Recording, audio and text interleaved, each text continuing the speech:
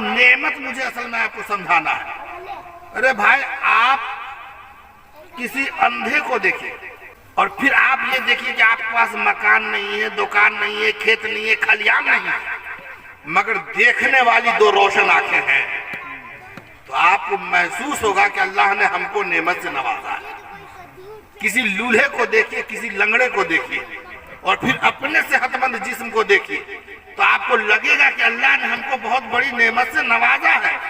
تو اگرچہ بظاہر آپ کے پاس کچھ نہ ہو، لیکن سب سے بڑی نعمت آپ کے لیے یہ ہے کہ کئی ہزار مخلوقات میں اللہ نے آپ کو اشرف المخلوقات بنایا ہے، اور سب سے بڑا فضل یہ فرمایا ہے کہ اپنے محبوب کا امتی بنا کر اس دنیا میں پیدا فرمایا۔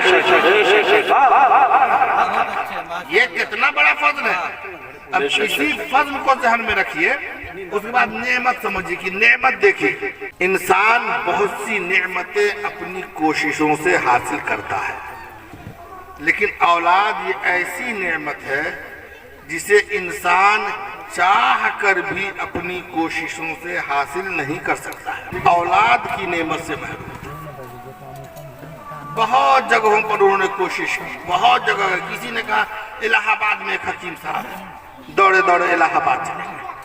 کسی نے کہا اورنگ آباد میں ایک حکیم صاحب ہے، دوڑے دوڑے اورنگ آباد چلے گئے۔ کسی نے کہا فیض آباد میں، فیض آباد چلے گئے۔ وہ ایک دن بیٹھا کر مجھے بتا رہے تھے کہ حضرت اگر میں حساب لگاؤں تو اولاد پانے کی خواہش میں کم سے کم ہم نے اپنا 20 سے 25 لاکھ روپیہ برباد کیا ہے۔ جس نے جتنا کہا ہم نے اس کو اتنا دیا کہ چلو کم سے کم ایک اولاد تو ہوگی، ایک وارث تو میرا ہوگا، گھر میں ایک پھول تو کھلے گا، ایک کھلونا تو ہوگا، مگر وہ محروم رہے محروم رہے محروم رہے۔ تو اولاد اصل میں انسانی کوششوں کا نتیجہ ہے ہی نہیں۔ شادی ہو گئی تو اولاد ہوگی ہی ہوگی، یہ کوئی لکھی لکھائی بات نہیں ہے۔ شادی کے بعد بھی اولاد کی نعمت سے انسان محروم رہتا ہے۔ یہ دراصل خالص اللہ کی نعمت ہے۔ اللہ جسے چاہتا ہے بیٹا عطا فرماتا ہے، جسے چاہتا ہے بیٹی عطا فرماتا ہے، جسے چاہتا ہے دونوں سے محروم بھی رکھتا ہے، اور جسے چاہتا ہے بیٹا اور بیٹی دونوں عطا بھی فرما دیتا ہے۔ یہ خالص اللہ رب العزت کی نعمت ہے۔ تو اگر یہ آپ کو حاصل ہو جائے تو آپ کو کرنا کیا ہے؟ تو اللہ کے رسول صلی اللہ علیہ وسلم نے فرمایا علموا اولادکم علی ثلاث خصال حب نبیکم وقراءۃ القرآن وحب اہل بیتہ، کہ اگر اللہ نے اولاد کی نعمت سے نوازا ہے تو اولاد کو سب سے پہلے 3 باتوں کی تعلیم دیجیے۔ 3 باتوں کی تعلیم اپنی اولاد کو سب سے پہلے دیجیے۔ نمبر 1، اپنے اولاد کے دل میں محبوب دو عالم صلی اللہ علیہ وسلم کی محبت پیدا کی۔ کیوں؟ اس لیے کہ بخاری شریف کی حدیث ہے کہ اللہ کے رسول نے فرمایا لا یؤمن احدکم حتی اکون احب الیہ من والدہ وولدہ والناس اجمعین، کہ تم میں سے کوئی اس وقت تک کامل مومن ہو ہی نہیں سکتا جب تک کہ اپنے ماں باپ سے زیادہ، آل و اولاد سے زیادہ محبوب دو عالم کی محبت اپنے دل میں پیدا نہ کرے۔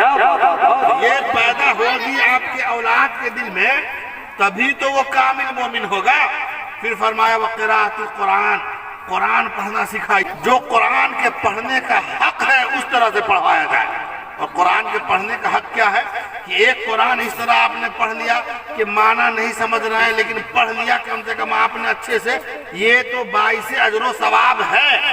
لیکن قرآن اصل پڑھنے کا مطلب یہ ہے کہ آپ قرآنی آیات پڑھ رہے ہیں، ساتھ میں ترجمہ بھی پڑھ رہے ہیں، تاکہ آپ کو پتا چلے کہ اللہ رب العزت آپ کے نام پیغام کیا دے رہا ہے۔ تو اپنے بچوں کو اس طرح سے قرآن پڑھنا سکھائیے۔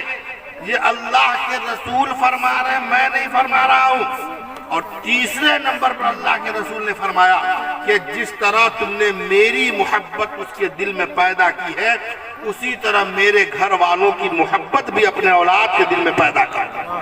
اور جب آپ اپنے بچوں کی اس نہج پر پرورش کریں گے تو انشاءاللہ